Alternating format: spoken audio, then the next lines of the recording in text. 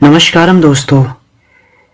जो होता है अच्छे के लिए होता है, यह केवल एक कहावत नहीं बल्कि एक गहरी आध्यात्मिक सच्चाई है दोस्तों, जो हमें जीवन की अनिश्चितता के बीच स्थिर रहने की सीख देती है।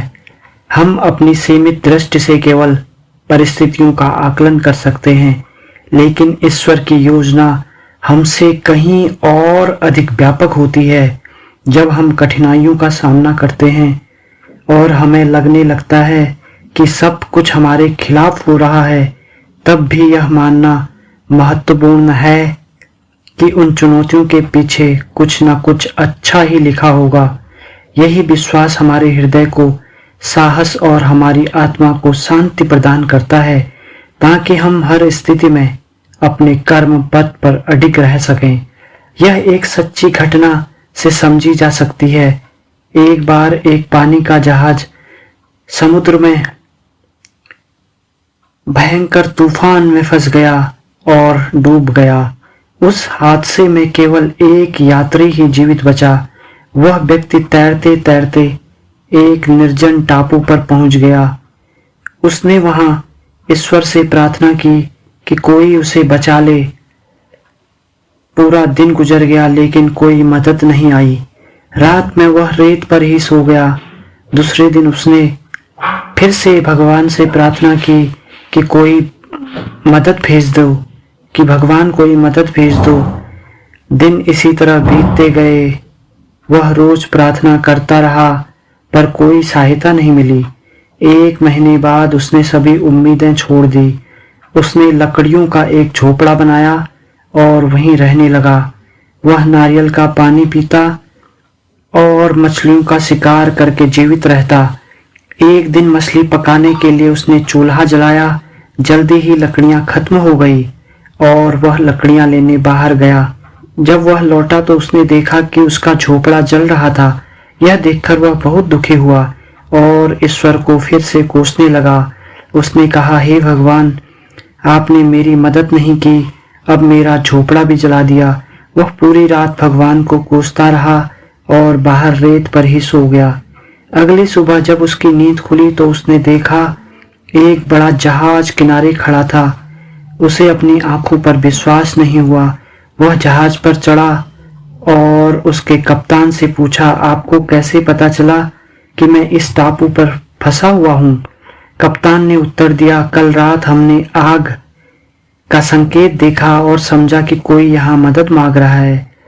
उस आदमी को अब समझ आ गया कि उसके झोपड़े में आग लगना भी भगवान की योजना का ही एक हिस्सा था, ताकि उसे बचाया जा सके। उसने ईश्वर का धन्यवाद किया और समझा कि हर कठिनाई के पीछे भी ईश्वर का ही एक नेक उद्देश्य छिपा होता है। इस कहानी से हमें यह शिक्षा मिलती है कि जीवन में कई बार परिस्थितियां हमारी अपेक्षाओं के विपरीत होती हैं, लेकिन अगर हम धैर्य रखें और ईश्वर पर विश्वास बनाए रखें तो समय के साथ हमें यह समझ आ जाता है कि हर घटना के पीछे कोई ना कोई अच्छा उद्देश्य जरूर होता है। यह विश्वास हमें मुश्किल हालात में भी आगे बढ़ने में शक्ति प्रदान करता है। दुनिया में 2 पौधे ऐसे हैं जो कभी नहीं मुरझा सकते, और अगर मुरझा भी गए तो उनका कोई इलाज नहीं।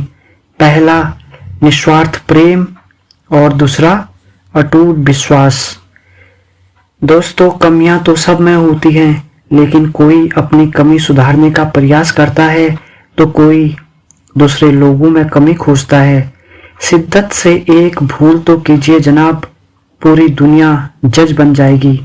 एक बात हमेशा याद रखना मित्रों, ढूंढने पर वही मिलेंगे जो खो गए थे, वह कभी नहीं मिलेंगे जो बदल गए थे। इंसान अपनी कमाई के हिसाब से नहीं, अपनी जरूरत के हिसाब से गरीब होता है। कौन कहता है कि बड़ी गाड़ियों में ही सफर अच्छा होता है? सच्चे रिश्ते और अच्छे मित्र साथ में हों तो जिंदगी पैदल चलने पे भी मजेदार होती है। बुरा वक्त तो सबका आता है दोस्तों, कोई बिखर जाता है तो कोई निखर जाता है। भगवान श्री कृष्ण गीता में कहते हैं कि मनुष्य को हमेशा ईश्वर पर अटूट विश्वास रखना चाहिए उसे हर एक विपरीत परिस्थिति में कभी भी अपने मन को विचलित नहीं होने देना चाहिए, क्योंकि भगवान कभी अपने भक्त का बुरा नहीं होने देते। जिस इंसान के चारों तरफ नकारात्मक लोग रहते हैं, उस इंसान का मंजिल से भटकना तय है। श्री कृष्ण कहते हैं कि कठिन समय में समझदार व्यक्ति रास्ते खोजते हैं और कायर व्यक्ति बहाने ढूंढते हैं। जो भी मिलता है बस समझाकर ही चला जाता है। जीवन एक यात्रा है दोस्तों, इसे जबरदस्ती तय ना करें, बल्कि जबरदस्त तरीके से तय करें। रिश्ता चाहे कैसा भी हो, मन से होना चाहिए, मतलब से नहीं। कभी किसी दूसरे के लिए मांग करके तो देखो, खुद के लिए मांगने की कभी जरूरत नहीं पड़ेगी। इंसान को इंसान की नज़र से तोलिए, 2 शब्द ही सही मगर प्यार से बोलिए। खुशियों का ताल्लुक दौलत से नहीं होता, दिल से होता है दोस्तों। फालतू बैठे रहने से अच्छा है कि आप दुख के रास्ते पर ही चल पड़ें। गुस्से में कभी किसी को गलत मत बोलो। मूड हो, गुस्से में कभी किसी को गलत मत बोलो, क्योंकि बोली हुई बातें कभी वापस नहीं आती। कामयाब होने से पहले एक अच्छा इंसान जरूर बनना। पैसा कल रहे या ना रहे, नाम जरूर रहेगा। सच्चाई की इस जंग में कभी झूठे भी जीत जाते हैं। समय अपना अच्छा ना हो तो कभी अपने भी बिक जाते हैं। वक्त सबको मिलता है दोस्तों जिंदगी बदलने के लिए, लेकिन जिंदगी दोबारा नहीं मिलती वक्त बदलने के लिए। मेरे चेहरे से मेरा दर्द नहीं पढ़ पाओगे, क्योंकि मेरी आदत है हर बात पर मुस्कुरा देना। लोग अगर अच्छे हों फिर भी फासले रखना, क्योंकि आजकल जहर मीठे भी मिलने लगे हैं। पूरी उम्र लग जाती है एक होने में, और एक लम्हा ही काफ़ी होता है किसी को खो देने में। जिंदगी को खुली किताब ना बनाओ, क्योंकि लोगों को पढ़ने में नहीं बल्कि पन्ने फाड़ने में ज़्यादा मज़ा आता है। मस्तक उनका भी झुकेगा, अहंकार उनका भी टूटेगा। तू बस शांत रहकर बढ़ता चल मंजिल की ओर। आज तू जमाने के आगे झुका है, कल तेरे आगे पूरा आसमान झुकेगा। सब सपने देखने वालों के लिए रात छोटी पड़ जाती है, जबकि सपना पूरा करने वालों के लिए दिन छोटा पड़ जाता है। हर दिन 24 घंटे में जागकर पढ़ने के लिए या काम करने के लिए सिर्फ एनर्जी नहीं बल्कि पागलपन चाहिए, जो लाखों में से किसी एक के पास ही होता है। दोस्तों, बारिश की बूंदें भले ही छोटी हो पर उनका लगातार बरसना बड़ी नदियों का बहाव बन जाता है। वैसे ही हमारे छोटे छोटे प्रयास भी जिंदगी में बड़े बदलाव ला सकते हैं। कान के कच्चे लोग अक्सर अच्छे दोस्त को भी खो देते हैं। दोस्तों, हमेशा याद रखना, अगर सफलता चाहिए तो खुद को बस में रखो और हमेशा मेहनत करते रहो। चाहे सफलता देर से मिले पर मिलेगी जरूर। दोस्तों, अपने सपनों के लिए जीना शुरू कर दो, क्योंकि यह समय किसी के लिए नहीं रुकने वाला। कोई भी सपना बिना योजना, मेहनत और भरोसे के बिना सपना ही रह जाता है। जमाना क्या कहेगा यह मत सोचो, क्योंकि जमाना बहुत अजीब है। यह नाकामयाब लोगों का मजाक बनाता है और कामयाब लोगों से जलता है। जिंदगी एक बार मिलती है, यह बिल्कुल गलत है दोस्तों। मौत सिर्फ एक बार मिलती है, जिंदगी तो हर रोज मिलती है। दोस्तों, बढ़ती उम्र के साथ पहले हम जिद किया करते थे, अब हम समझौते किया करते हैं। अपनी जिंदगी में लोगों को इतना भी हक मत दो कि कोई भी आकर आपको तोड़कर चला जाए। कुछ लोग शर्मिंदा होने पर भी माफ़ी नहीं मांगते, बल्कि इसलिए माफ़ी मांग लेते हैं क्योंकि आपको उनकी सच्चाई का पता चल गया है। आपको यह कभी पता नहीं चलेगा कि आप किस लायक हैं जब तक कि आप खुद कोशिश नहीं करोगे। हर उस जग से खुद को हटा दो हर उस जगह से खुद को हटा दो जहां आपकी कीमत ना हो। शब्द उतने ही बाहर निकलने चाहिए जिन्हें अगर वापस लेना भी पड़े तो खुद को कभी तकलीफ ना हो। इंसान कभी ज्यादा काम करने से सफल नहीं होता, बल्कि सही तरीके से काम करने से सफल होता है। दोस्तों, जब आपका वक्त खराब होता है तो लोग आपकी काबिलियत पर भी शक करने लगते हैं। किसी के साथ ज्यादा समय बिताने से आप उसकी आदतें भी अपनाने लगते हैं। इसलिए सोच समझकर लोगों के साथ वक्त बिताया करें। अपना दिल और भरोसा किसी को मत देना, नहीं तो लोग इसे तोड़कर ही वापस देते हैं। तुम रिश्ता उससे ही बनाना जो जानता हो उसे निभाना। दोस्तों, कर्म वह फसल है जिसे इंसान को हर हाल में काटना ही पड़ता है। इसलिए हमेशा अच्छे बीज बोएं ताकि फसल अच्छी हो। हम अक्सर अपनी वर्तमान परिस्थितियों को देखकर घबरा जाते हैं, लेकिन भविष्य को लेकर भगवान की योजना को समझ ही नहीं पाते। हम जान ही नहीं पाते हैं कि ईश्वर जो भी करते हैं हमारे अच्छे के लिए ही करते हैं। एक लड़का अपने कुत्ते से बहुत प्यार करता था। एक दिन वह अपने कुत्ते को सड़क पर घुमा रहा था और अचानक सड़क पर कहीं से एक खरगोश दौड़ता हुआ आया। कुत्ते ने खरगोश को देखा और तुरंत उसके पीछे दौड़ पड़ा। लड़के ने कुत्ते को रोकने की कोशिश की, लेकिन कुत्ता खरगोश को पकड़ने के लिए खरगोश की तरफ तेजी से दौड़ने लगा और थोड़ी ही देर में वह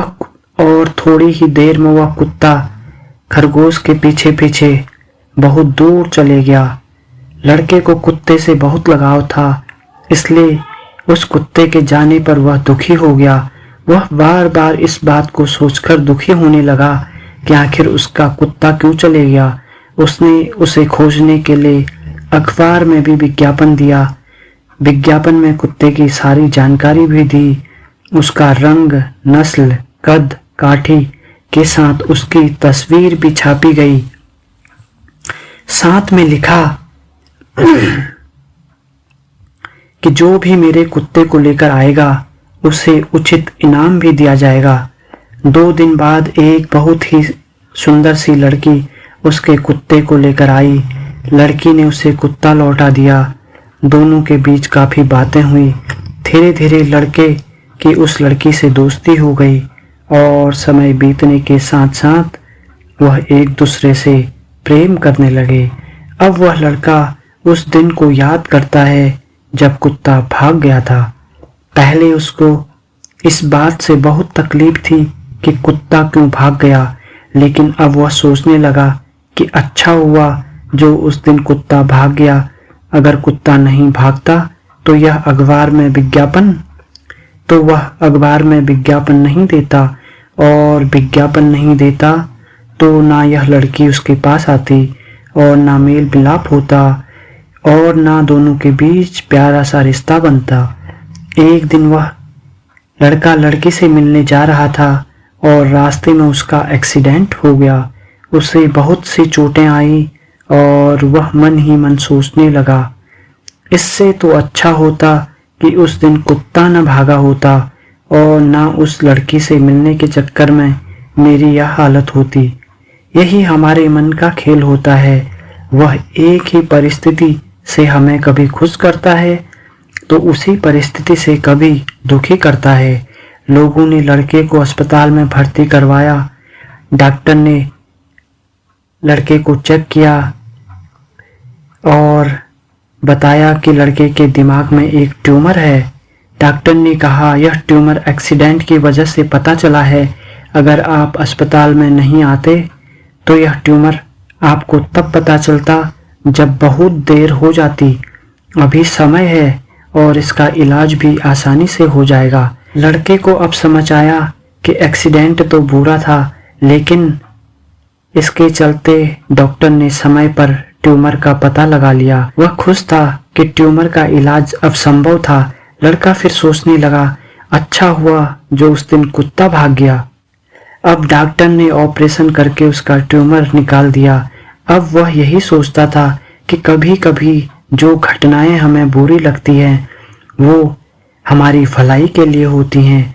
ऊपर वाला हमारी भलाई के लिए कुछ ऐसी प्लानिंग करके बैठा होता है। कभी कभी जीवन की योजनाएं और घटनाएं हमें उस समय समझ में नहीं आती, लेकिन जब हम पीछे मुड़कर देखते हैं तो हमें समझ आता है कि हर घटना का कोई न कोई कारण अवश्य होता है और वह हमारे भले के लिए ही होती है। जीवन में जो कुछ भी होता है वह हमारे अच्छे के लिए होता है और कभी कभी हमें बुरी घटनाओं का कारण बाद में समझ आता है। वह कहते हैं ना कि अपने मन का हो तो अच्छा और मन का ना हो तो और भी अच्छा। किसी को धोखा देना एक कर्ज है जो आपको एक दिन किसी दूसरे के हाथों से खाकर चुकाना पड़ेगा। जहां आप कुछ नहीं कर सकते वहां भी एक चीज जरूर कीजिए, किसी का धन देखकर नहीं, उसका मन देखकर उससे जुड़ें। पत्थर की कीमत भी तब समझ आती है जब सुनसान सड़क पर कुत्ते घेर लेते हैं। जब कोई और तकलीफ दे तो सिर्फ गुस्सा आता है, पर जब कोई अपना तकलीफ दे तो गुस्से के साथ साथ रोना भी आता है। कोई मायने नहीं रखता दोस्तों कि आपका रिश्ता कितना अटूट था। लोग आपसे बेहतर मिलते ही आपको छोड़ देंगे। घड़ी ठीक करने वाले तो बहुत हैं, मगर सिर्फ समय परमात्मा ही ठीक कर सकते हैं। कुछ लोग हमारी जिंदगी में हमें यह एहसास करवाने भी आते हैं कि किसी पर भरोसा करने से पहले उन्हें परखना कितना जरूरी होता है। अकेले रहना तुम्हें यह भी सिखाता है कि वास्तव में तुम्हारे पास खुद के अलावा कुछ भी नहीं है। मनुष्य को अपनी वाणी को संयम में रखना चाहिए, क्योंकि वाणी से दिए हुए घाव कभी भी भर नहीं सकते। भगवान कृष्ण कहते हैं, अगर तुम्हें किसी ने दुख दिया है तो बुरा मत मानना, क्योंकि लोग उसी पेड़ पर पत्थर मारते हैं जिस पेड़ पर ज्यादा मीठे फल होते हैं। सोच अच्छी रखो, लोग अपने आप अच्छे लगने लगेंगे। अच्छी नियत रखो, काम अपने आप ठीक होने लगेंगे। सुनने वाला सुनकर, देखने वाला देखकर और सहने वाला सहकर जब खामोश हो जाए तो समझ लेना कि उसका मामला अब ईश्वर की अदालत में पहुंच गया है। दोस्तों, ऊपर वाले ने हर एक इंसान में कोई न कोई खूबी बनाकर भेजी है। जैसे मछली जंगल में नहीं दौड़ सकती और शेर पानी में राजा नहीं बन सकता, इसलिए अहमियत सभी को देनी चाहिए। रिश्ते तो इस दुनिया में सब निभाते हैं, बस फर्क इतना है कि कोई दिल से निभाता है और कोई दिमाग से निभाता है। और जब समय खराब होता है तब लोग हाथ नहीं पकड़ते, गलतियां पकड़ते हैं। किसी का हाथ तभी पकड़ना जब आप उसका साथ अच्छे से निभा सको। दोस्तों, भगवान पर भरोसा उस बच्चे की तरह करो जिसे आप हवा में तो उछालते हो, वह हंसता है, डरता नहीं, क्योंकि वह जानता है कि आप उसे गिरने नहीं देंगे। इसीलिए भगवान भी हमारे जीवन में जो कुछ भी करते हैं वह हमारी भलाई के लिए ही करते हैं, बस हम ही उसे समझ नहीं पाते। एक बार कुरुक्षेत्र के विशाल युद्ध क्षेत्र में सेनाओं के आने जाने की सुविधा के लिए काम चल रहा था। हाथियों का उपयोग पेड़ों को उखाड़ने और जमीन साफ करने के लिए किया जा रहा था। इन पेड़ों में से एक पेड़ पर एक गौरैया अपने 4 छोटे बच्चों के साथ रहती थी। जब वह पेड़ उखाड़ दिया गया तो उसका घोंसला जमीन पर गिर पड़ा, लेकिन चमत्कारिक रूप से उसके बच्चे किसी अनहोनी से बच गए। हालांकि वे इतने छोटे थे कि उड़ने में सक्षम नहीं थे। कमजोर और भयभीत गौरैया ने मदद के लिए इधर उधर देखा। तभी उसने भगवान श्री कृष्ण को अर्जुन के साथ वहां आते देखा। वे युद्ध भूमि की स्थिति का निरीक्षण करने और युद्ध की रणनीति तय करने के लिए आए थे। गौरैया ने अपने छोटे पंख फड़फड़ाए और किसी तरह भगवान कृष्ण के पास पहुंची और वह बोली, हे कृष्णा, कृपया मेरे बच्चों को बचाइए, युद्ध शुरू होते ही वो कुचले जाएंगे। भगवान श्री कृष्ण ने विनम्रता से कहा, मैं तुम्हारी बात सुन रहा हूं, लेकिन मैं प्रकृति के नियम में हस्तक्षेप नहीं कर सकता। गौरैया ने दृढ़ता से उत्तर दिया, हे प्रभु, मैं जानती हूं कि आप मेरे उद्धारक हैं। मैं अपने बच्चों के भाग्य को आपके हाथों में सौंपना चाहती हूं। आप उन्हें जीवन दें या मृत्यु, यह अब आपके हाथों में है। भगवान श्री कृष्ण उसकी भक्ति से प्रसन्न हुए और बोले, अपने घोंसले में 3 सप्ताह के लिए भोजन का संग्रह कर लो। यह सुनकर अर्जुन ने गौरैया को दूर भगाने की कोशिश की, लेकिन गौरैया ने कुछ मिनटों तक अपने पंख फड़फड़ाए और फिर अपने घोंसले में वापस चली गई। 2 दिन बाद शंख की आवाज के साथ युद्ध आरंभ हुआ। भगवान श्री कृष्ण ने अर्जुन से कहा, अपने धनुष और बाण मुझे दो। अर्जुन हैरान हो गए, क्योंकि भगवान श्री कृष्ण ने युद्ध में हथियार न उठाने की शपथ ली थी। उसने कहा, हे केशव, मेरे तीरों के लिए कुछ भी अवैध नहीं है। श्री कृष्ण चुपचाप अर्जुन से धनुष लेकर एक हाथी की ओर निशाना साधे, लेकिन हाथी को मारने के बजाय तीर उसकी गर्दन पर बधी घंटी से टकराया, जिससे एक चिंगारी निकली। अर्जुन मुस्कुरा उठा, क्योंकि उसे लगा कि श्री कृष्ण का निशाना चूक गया। अर्जुन ने तीर छोड़ने का प्रस्ताव दिया, लेकिन श्री कृष्ण ने उसे रोक दिया और धनुष वापस कर दिया। अर्जुन ने पूछा कि हे केशव, आपने उस हाथी पर तीर क्यों चलाया? श्री कृष्ण मुस्कुराए और बोले, क्योंकि इस हाथी ने उस गौरैया के घोंसले को गिरा दिया था। अर्जुन को यह बात समझ नहीं आई, क्योंकि हाथी तो अभी भी जीवित और स्वस्थ था, लेकिन श्री कृष्ण ने उसे अनदेखा कर दिया और शंख फूंकने का निर्देश दिया। युद्ध अगले 18 दिनों तक चला और अंततः पांडवों की विजय हुई। युद्ध समाप्ति के बाद श्री कृष्ण अर्जुन को युद्ध भूमि पर भ्रमण के लिए ले गए। युद्ध के मैदान में बिखरे शव अंतिम संस्कार के लिए पड़े हुए थे और पूरा क्षेत्र शरीरों बेजान हाथियों से अटा पड़ा था। भगवान श्री कृष्ण एक स्थान पर रुक गए और एक हाथी की घंटी की ओर इशारा किया। उन्होंने कहा, हे अर्जुन, क्या तुम इस घंटी को उठा सकते हो? अर्जुन ने प्रश्नवाचक दृष्टि से देखा, लेकिन आदेश का पालन करते हुए नीचे झुका और घंटी उठाई। जैसे ही उसने घंटी उठाई, उसकी आंखों के सामने अद्भुत दृश्य था। घंटी के नीचे 4 छोटे पक्षी और उनकी मां बाहर निकले और उनके बच्चे हर्षित होकर उड़ने लगे। वे श्री कृष्ण के चारों ओर आनंद से परिक्रमा करने लगे। 18 दिन पहले हाथी के गले से गिराई गई घंटी ने उस परिवार की रक्षा की थी। अर्जुन ने सिर झुकाकर कहा, हे कृष्ण, मुझे क्षमा करें। आपके साधारण व्यवहार से मैं भूल गया था कि आप वास्तव में कौन हैं। यह घटना हमें यह सिखाती है कि सच्ची श्रद्धा और विश्वास के साथ भगवान को समर्पित होने पर वह अवश्य ही हमारी रक्षा करते हैं।